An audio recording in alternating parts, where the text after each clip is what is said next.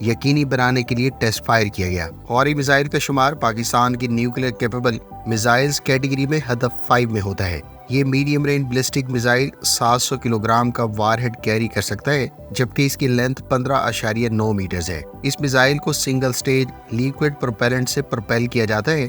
گو کہ اس ٹیسٹ میں اس میزائل کی رینج ڈسکلوز نہیں کی گئی، تاہم اس کی رینج 1250 کلومیٹر سے لے کر 1500 کلومیٹر بتائی جاتی ہے۔ خیال رہے کہ پاکستان نے اب سے چند روز پہلے ہی Ababeel surface to surface missile کو بھی ٹیسٹ کیا تھا۔ ابابیل میزائل جو multiple independent reentry vehicle technology کا استعمال کرتے ہوئے کئی وار ہیڈ کو اہداف پر گرانے کی صلاحیت رکھتا ہے، اس میزائل کی رینج 2200 کلومیٹر ہے، تاہم گزشتہ ٹیسٹ میں اس کی رینج ڈسکلوز نہیں کی گئی تھی۔ فرینڈز، اگر آپ پاکستان کے تمام نیوکلیئر کیپیبل ایئر لانچ اور سرفیس ٹو سرفیس میزائلز کے علاوہ ٹیکٹیکل بلسٹک میزائلز کے بارے میں تفصیلات جاننا چاہتے ہیں تو اس ٹاپک پر ہماری کمپریہنسو ویڈیو کا لنک آپ کو اینڈ اسکرین پر مل جائے گا۔ فرینڈز، چین کی نیوی کی 44th ٹاسک فورس کی جانب سے مختلف نیول شپس کی مڈل ایسٹ میں ڈپلائمنٹ کو روٹین میٹر قرار دیا گیا ہے۔ چائنیز آفیشل سورسز کا کہنا ہے کہ عمان میں تعینات کیے جانے والی حالیہ دنوں میں نیول شپس کا بنیادی مقصد عمان کی نیوی کے ساتھ جوائنٹ ایکسرسائز اور اس کو روٹین ڈپلائمنٹ کا حصہ قرار دیا گیا ہے۔ چائنیز حکام کا کہنا ہے کہ چین کی عمان میں نیول ڈپلائمنٹ اس ریجن میں بنیادی طور پر اس سال مئی میں کی جانے والی ڈپلائمنٹ کا حصہ ہے اور اس کی مڈل ایسٹ میں موجودہ اسرائیل فلسطین تنازع سے کوئی تعلق نہیں ہے۔ خیال رہے کہ چین کی نیوی کی 44th ٹاسک فورس کی type 52D guided missile destroyer اور فریگیٹ کے علاوہ سپلائی اور لاجسٹک شپ جو بنیادی طور پر Chinese People's Liberation Army Eastern Area Command کے تحت آتی ہیں، انہیں اس سے پہلے گلف آف عدن اور ناردرن صومالیہ میں اسکارٹ کرتے ہوئے عمان میں ڈپلائی کیا گیا ہے۔ ان نئی شپس کی ارائیول کے ساتھ ہی چائنیز نیوی کی وار شپس کی مڈل ایسٹ میں ڈپلائمنٹ کی تعداد 6 ہو گئی ہے۔ حالیہ دنوں میں امریکہ کی جانب سے اپنی نیوی کے 2 aircraft carrier strike group کو اس ایریا میں ڈپلائی کرنے کا اعلان کیا گیا تھا۔ اسرائیل اور فلسطین کے درمیان حالیہ کشیدگی کو لے کر بہت سے میڈیا سورسز چائنیز نیوی کی اس ڈپلائمنٹ کو اس کنفلکٹ کے تناظر میں کنسیڈر کر رہے تھے، تاہم چین کی جانب سے اس بارے میں وضاحت کر دی گئی ہے کہ اس ڈپلائمنٹ کا حالیہ ٹینشن سے کوئی تعلق نہیں ہے اور یہ روٹین کی ڈپلائمنٹ ہے۔ فرینڈز، پاکستان اور ملیشین آرم فورسز کے درمیان بائیلیٹرل آرمی ایکسرسائز کنکلوڈ ہو گئی ہے۔ دونوں ممالک کے درمیان اس ایکسرسائز کا آغاز 9 اکتوبر کو ہوا تھا اور اس کا اختتام 22 اکتوبر کو ملیشیا میں ہوا ہے۔ ملیشین آرم فورسز اور پاکستانی مسلح افواج کے درمیان کنڈکٹ کی جانے والی یہ ایکسرسائز 2 سٹیجز پر مشتمل تھی، جس میں سے پہلا سٹیج کراس ٹریننگ ایکسرسائز اور دوسرا فیلڈ ٹریننگ ایکسرسائز تھا۔